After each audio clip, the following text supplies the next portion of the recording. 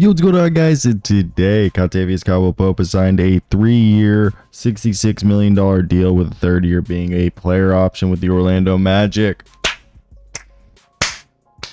Orlando didn't overpay. They didn't go out and spend too much money to get a Klay Thompson, to go get a Paul George. They went and got good old Mr. Reliable. They got a guy who has 2 championship rings. They got themselves a guy that the thought is he's going to be able to be a part of this team for the next 2 years and be a solid third option. He's going to be a guy who's going to easily give you 10 to 14 points a night. He's going to give you a defense that can guard 1 through 4. He's going to be a solid piece to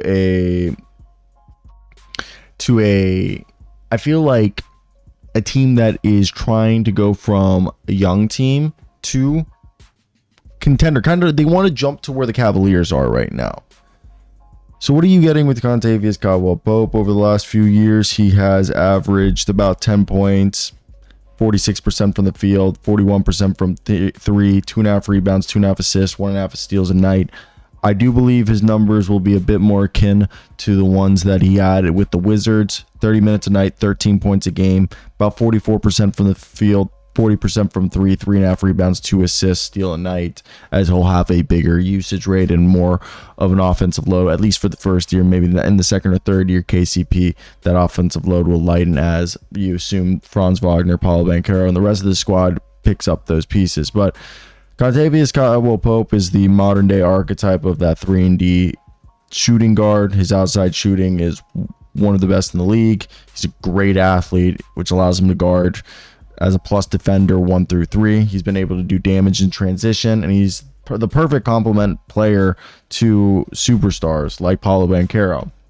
So when you look at this Orlando Magic squad, which if I can pull up a picture right here, there's just a little bit of I think this does a good job of illustrating what the roster currently looks like. And the current roster is Jalen Suggs, Kentavious Caldwell-Pope, Franz Wagner, Paulo Banchero, and Wendell Carter. We're hearing Wendell Carter could be on the move.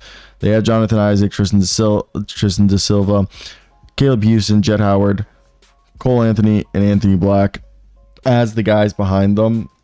So I do believe that those are guys to keep an eye on in terms of the younger guys who could eventually make an impact. And for me, I think this is something that a lot of people are going to be looking at and thinking, all right, how do we improve this team without forcing it, or without coming off that we're trying to be, just forcing the issue. I think that's the biggest thing is yes, they want to make that jump to being a playoff team, but I think they're aware that let's not force this, because if we force it, it's going to come off not as successful as we may have hoped. So for them, I do believe that this is a good move, one that could pay dividends in terms of, dividends in terms of, all right, let's go ahead and let's, try to put a competent roster around this team with players that complement them, instead of just going out and spending money for the sake of spending money, so we can say, hey guys, we did something. Instead, they're going the rational approach, which I think is the best way to go about it. And that's what I want to hear from you guys. What would you guys do if you guys were the exact